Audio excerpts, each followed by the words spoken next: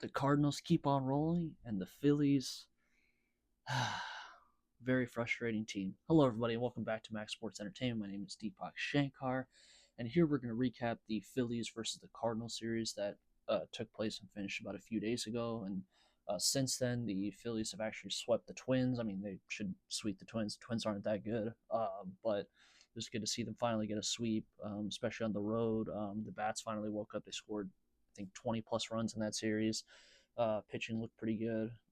Guys who hadn't been playing well all year have finally started to show some signs of getting it together, like Alec Bohm in particular, and then the Cardinals, just an absolutely um, dominant win that we'll get into more later in this video. But then they have since they went on the road against their arch rival, and they actually beat the Cubs 2 out of 3 games, scored a ton of runs. Joshua Baez, who we'll get into later in a short. What an absolutely insane major league debut! 3 home runs in your first ever MLB game in your debut.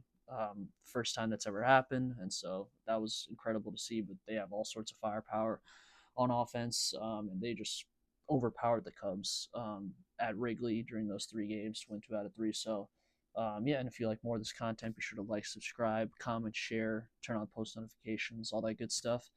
And with this game, the Phillies absolutely dominated in this series. I mean, only scored, I think they scored, 1 run, or they only scored in 2 of the 3 games, 1 run combined.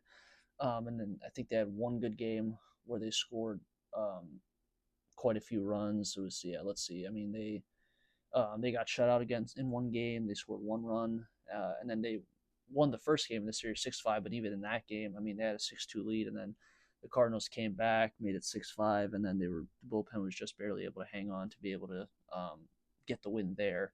But it was 2-0. Cardinals over the Phillies in the second game, and then Cardinals beat the Phillies 7-1 in the third game.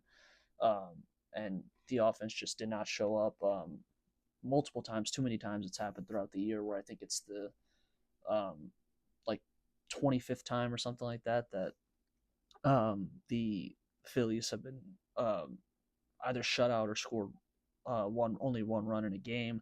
And their record, it's gotten better after the Twin series, but at the time of this series, since the All-Star break, had only been 10-15, so they had just been playing bad baseball all around and kind of struggling to grab a hold on that final NL wildcard spot. And again, they with the Twin series now they're a game up on some of those other teams, and keeping much better pace, like with the Padres and the Diamondbacks, teams like that. Because right now, I mean, the Phillies are in the number 5 spot, Padres at number 6, Diamondbacks at number 7, in the 11th spot, Marlins at number 8. So pretty interesting standings. And so with this game, Cardinals got out to a hot start, and then Phillies tied it up. Luis Arias finally broke his streak where he had gone like 15 straight at bats without getting a hit. So he was able to double into deep right, and then Harper scored off of that. And then the Cardinals just went off in the 5th inning.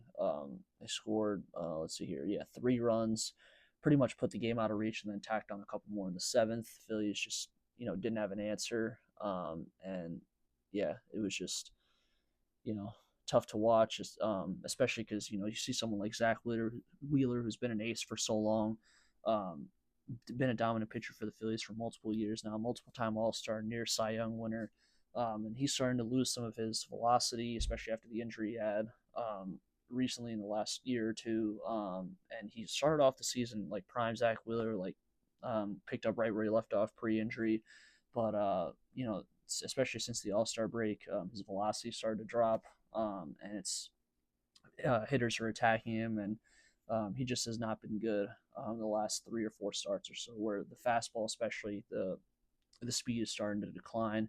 And that's a worrying sign, especially because he's supposed to be part of that top 3 where the Phillies, when Sanchez, when Luzardo, when Wheeler, when they start, the Phillies are supposed to win games, and right now that's just not happening. When Wheeler starts, at least the other 2 are pitching at their best right now. But yeah, Wheeler, for him today, 5 innings, only 6 hits, 4 earned runs, only 5 strikeouts and a walk.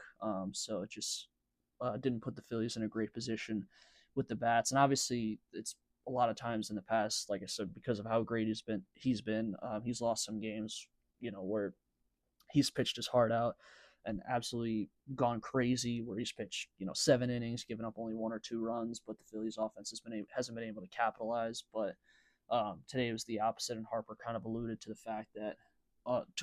that fact of how it has been in the past, and how it's the Phillies offense's job to sort of pick up the slack when Zach Wheeler doesn't have his best stuff on days like today.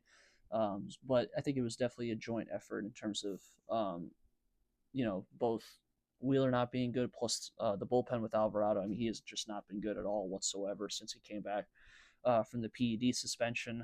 So I'm not sure why Don Mattingly keeps trusting him to go into games, but I'm sure there are better options at this point. He just has no command, no location, no control, none of it.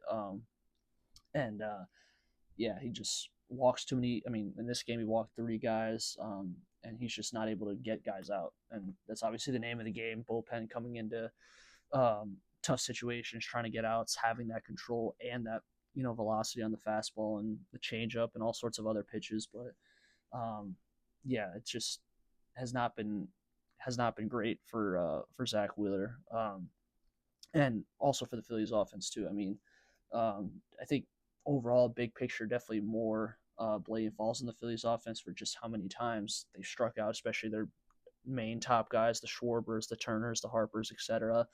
Um, and then just the ability to not hit with runners in scoring position consistently, and put up runs consistently, and just to play like a consistent baseball team overall for a team that should be contending for a World Series. And then yeah, the Cardinals. Yeah, Kyle Leahy, 5 innings, but only gave up 1 run.